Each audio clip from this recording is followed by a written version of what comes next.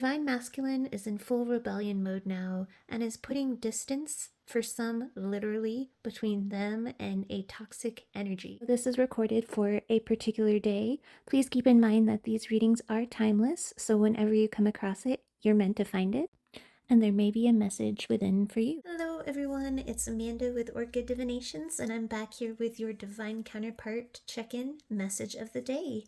Just like the general read, the download that I got here applies as well, and that is the song, "Oh, oh, it's magic, you know." Apologies for my singing. Last I'll subject you to.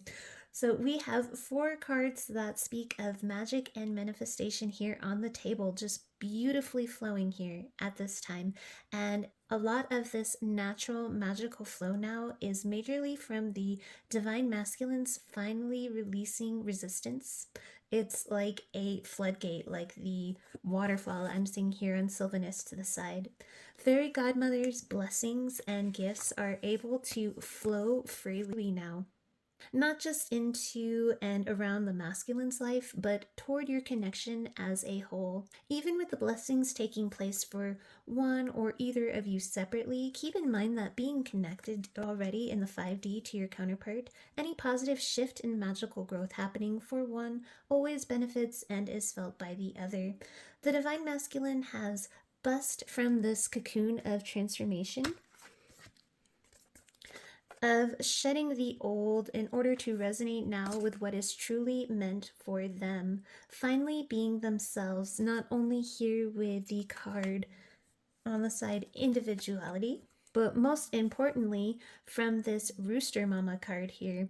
The Rooster Mama is unapologetically herself and maintains her powerful uniqueness and individuality fiercely. No one is more themselves than she is on this card. That's not to mention that we also see Sylvanus over here to the side, who is a card of inner and outer truth and clarity. Aside from uniqueness, Rooster Mama here is a rebel. So just like her, the masculine is in full out rebellion mode from these past controlling people in their life. I'm picking up that some of that controlling energy being represented here as well, a bit by this summon card. Just how I feel it here, especially in the wording summon, which again, we have movement coming down and away from there. So with Rooster Mama, I hear your person saying, I'm doing this for me now. I'm manifesting what it is that resonates with this newfound me, which isn't really newfound. It's always been the divine masculine. It just feels new to them because the mask became so familiar. This card meant for you, again, is a card of intent and manifestation and calling things in. And they know now part of what they want to manifest in is you. As this card here says, and quite literally means, in this case, they feel like they are meant for you. Especially when they free themselves to drop their mask and get to be the oddball weirdo they are. They say it matches the oddball weirdo in you, and things just flow like this waterfall over here. Don't ask me why my guides or the masculines in this energy chose the words oddball weirdos, but I think in the energy, I just get that the two of you have like a childlike goofiness about you when you're together. You can like the same silly shows or oddball things. They are free to just be the way this masculine truly is at heart, but normally hid away from those people around them in order to fit in. That mask, however, cannot and is not present in here in Sylvanus's energy. So these two are definitely unique individual energies. So oddball or not, as the universe phrased it, both your eccentricities or interests match each other's harmoniously, which is why things are beginning to flow so well here with the Fawn card. This card's meaning is effortless, natural, magic, and flow, and that is what happens when you two are together. So with these 4 cards of magical manifestation and positive energy flow, this change now happening with the masculine is shifting the entire vibration around them in this connection. The desired intent without resistance, like the law of attraction, is guiding this on through, like the movement card here. Moving on from someone that was commanding the masculine's loyalty. Again, for some, I'm seeing the movement away is actual physical travel and a move in locations. The masculines are now taking their power back, unapologetically being the true unique rebel and seeing that you are meant for them.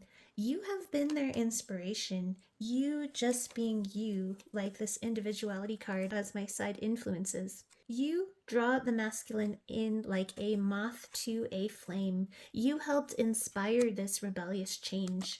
I'm hearing that throughout this transformation, they just kept asking themselves, what would you do here? You being the viewer. What would they do? I'm sure they wouldn't take any of this BS. They see you as fiercely independent and strong because, for some, if not most of you, you may be considered weird or different into spiritual things, artistic, just not like everyone else. And they see, or at least assume, by how you are so unapologetically you, that you just don't care if other people like it. They have always longed to be free like you.